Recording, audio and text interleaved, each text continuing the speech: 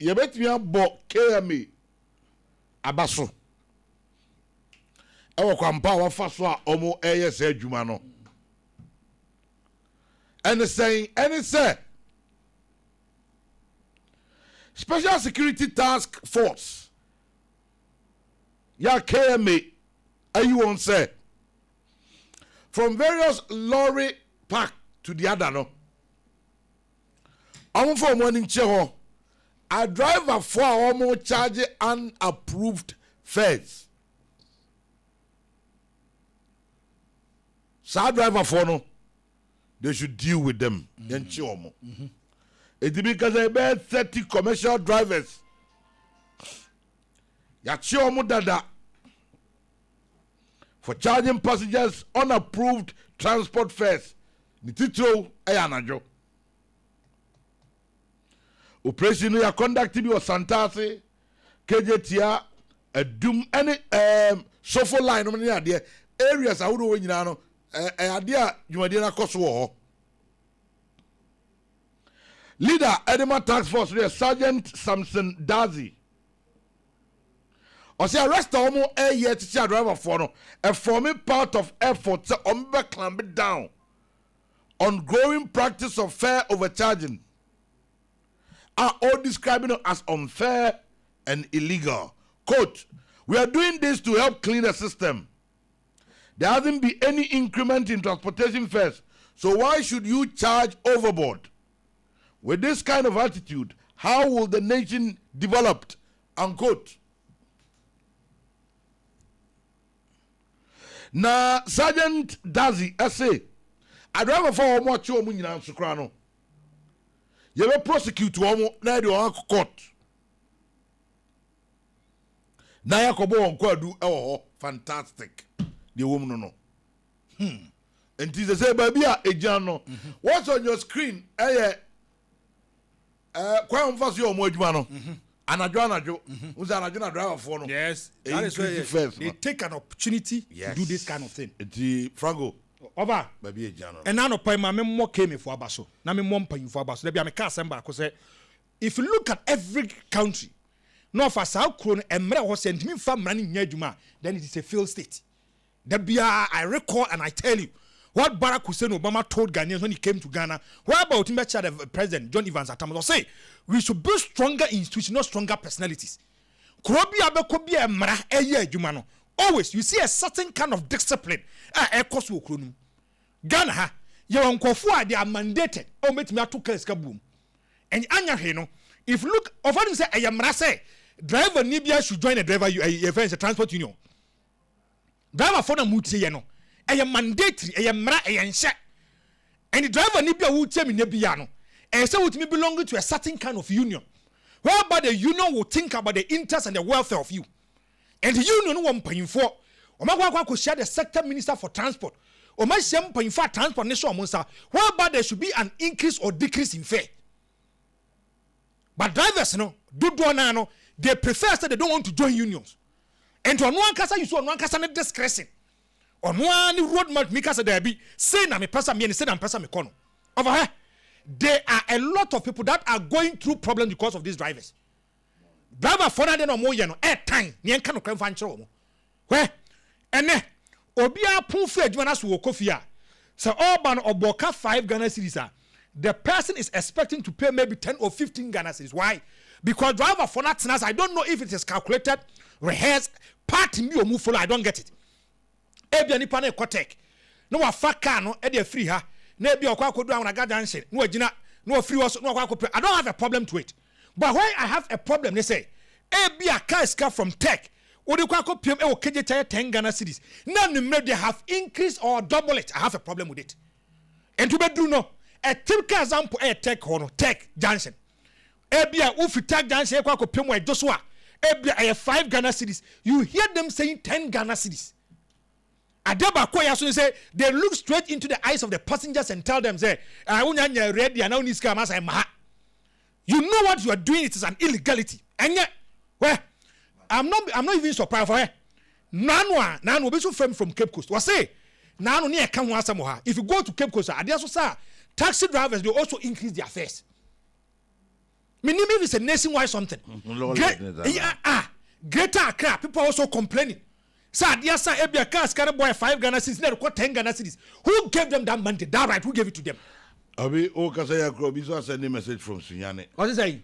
I say it's true.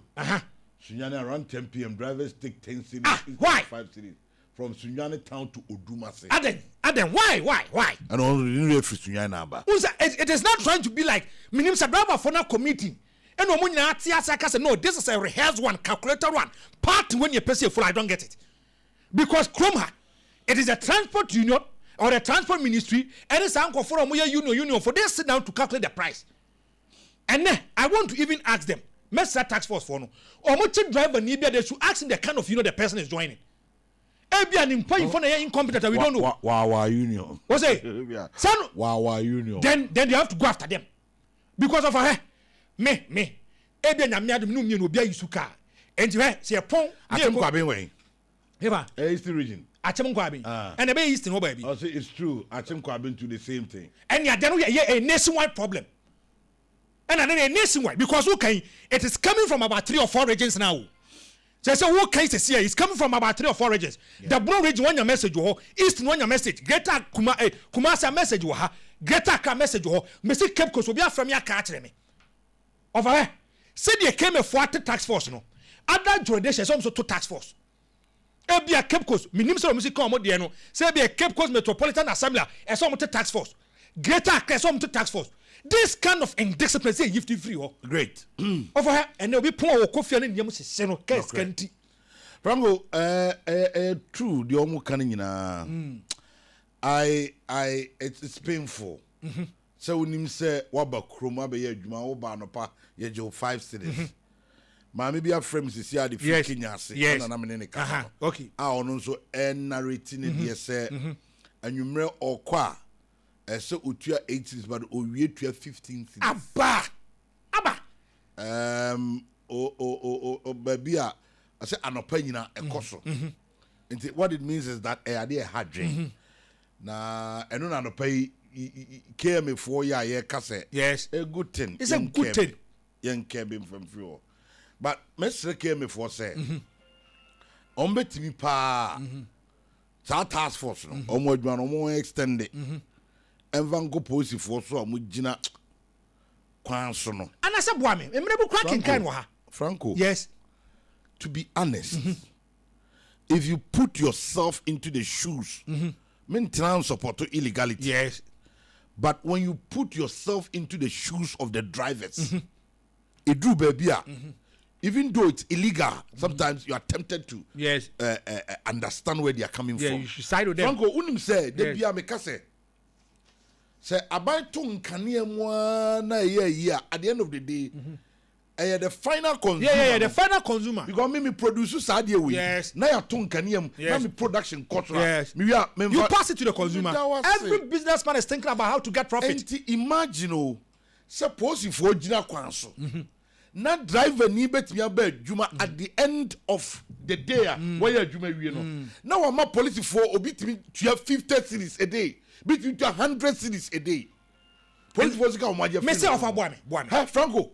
So 100 cities no a e bia nke ye ne sika ono so betimi dia save for ni o tire bi ni first one wanya no. Say police ni na je. So you pass it to the consumer. Why no kwa Jesus can free to the consumer? But as for the police for sika no mo je. We are quiet. Yes, we don't talk about it. Everybody is quiet. Personally agree.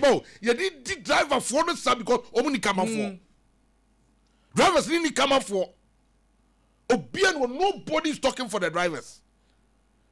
Yen nyina no anwumre sika omo gye no ene ye ni guso ne ka of course say driver for no be yes but you see now no me can ba ko kire a driver near before ba bia we load ye free or dey be bedru Kejetia no Ghana 50 on the road no 50 Ghana 50 Ghana ade so multiply 50 by 7 Ghana no busa say sa trip no by them first one saying even multiply and then some of the police 5 cities omo nye that and what bro mu kro 5 cities omo nye obe catch you say so there juma me say anopa kofa ayi kwan so offense so how do you call it Abraham Parum area we macro side on macro kwan so go and use that stretch na anopaye wadwen say odi ba adum na hear the number of positive me gina ho ka kire o say man sikanto battery ngwangu ni torch I'm telling you.